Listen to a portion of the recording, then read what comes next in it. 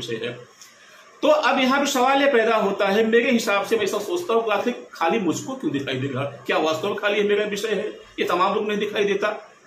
हो सकता है न दिखाई देता हो, बिल्कुल हो सकता है न दिखाई देता, लोग अवॉइड करके चले जाते हैं। मैं अपनी बात कहूं तो जब मुझको ये तमाम ऐसी घटनाएं कहीं दिखाई देती है, छोटी होने दी बड़ी बात होने दीजिए, जितना मुझसे बन पड़े उतना मैं इसका विरोध करता हूं। कभी कभार साथियों बताना चाहता हूं कि हाथापाई तक की नौबत आ जाती है, क्योंकि मुझे बर्दाश्त नहीं होता, मुझे बोलना पड़ जाता है, आदत है, स्वभाव है, बस कभी स्वभाव की बात है। तो इन बातों का, इन विडंबनाओं का विरोध करना कम से कम एक मेरे जैसे आदमी का स्वभाव है, और इन्हीं बातों को, इन्हीं विडंबनाओं, इन्हीं विकृतियों को, इन्हीं विद्रूपताओं को झेल जाने की, सह जाने की या अवॉइड कर देने का भी स्वभाव तमाम लोगों का है। यह कि उनको दिखाई नहीं देता तो दुख दिखाई क्यों नहीं देता है? दिखाई इसलिए नहीं देता है, एक बड़ा सुंदर सा उदाहरण मेरे जेहन में आया, मैं आपके सामने रखना चाहता हूं। क्या होता है कि कल्पना कीजिए कि किसी के यहाँ एक अपाहिज बच्चा पैदा होता है, किसी के यहाँ एक अपाहिज बच्चा पैदा होता है, आंख से, पांव से, कैसा भी, या कि मान लीजिए पांव से वो विकलांग बच्चा है, अपाहिज है।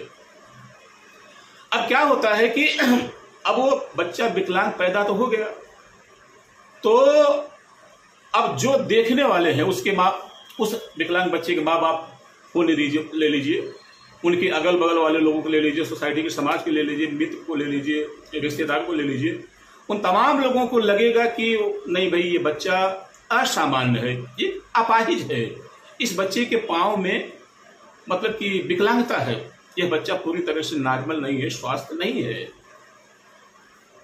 तो यह किसको दिखाई दे रहा है? एक सामान्य आदमी को दिखाई दे रहा है, यानी जो विकलांग नहीं है उसको दिखाई दे रहा है। लेकिन क्या होता है कि वो जो विकलांग बच्चा है अपनी उस विकलांगता के साथ में ही अब पलने लगता है, बढ़ने लगता है, और होते होते होते होते बड़ा हो जाता है।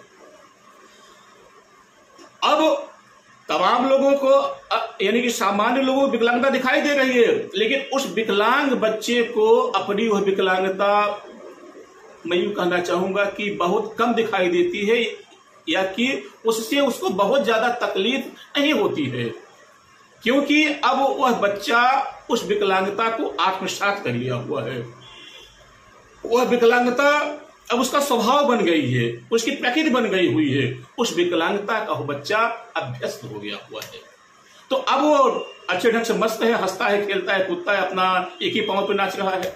तमाम आप वीडियो देखते होंगे तो वो विकलांग बच्चा है, लेकिन एक पांव पर डांस कर रहा है मस्त अपनी मस्ती में, क्योंकि वो उस विकलांगता के साथ में उस बच्चे के जन्म हुआ है, और वह विकलांगता अब उस बच्चे को बहुत कम मतलब कि एहसास दिलाती है कि तुम विकलांग हो।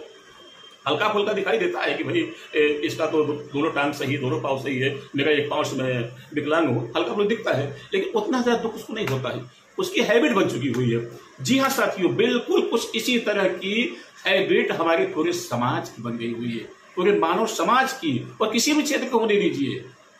कहावत है कि हमाम के अंदर सबके सब नंगे हैं, बाथरूम के अंदर सबके सब नंगे हैं, एक नंगे एक दूसरे नंगा नहीं दिखाई दे रहा है, यह दिखता नहीं सकता है क्योंकि खुद नंगा है।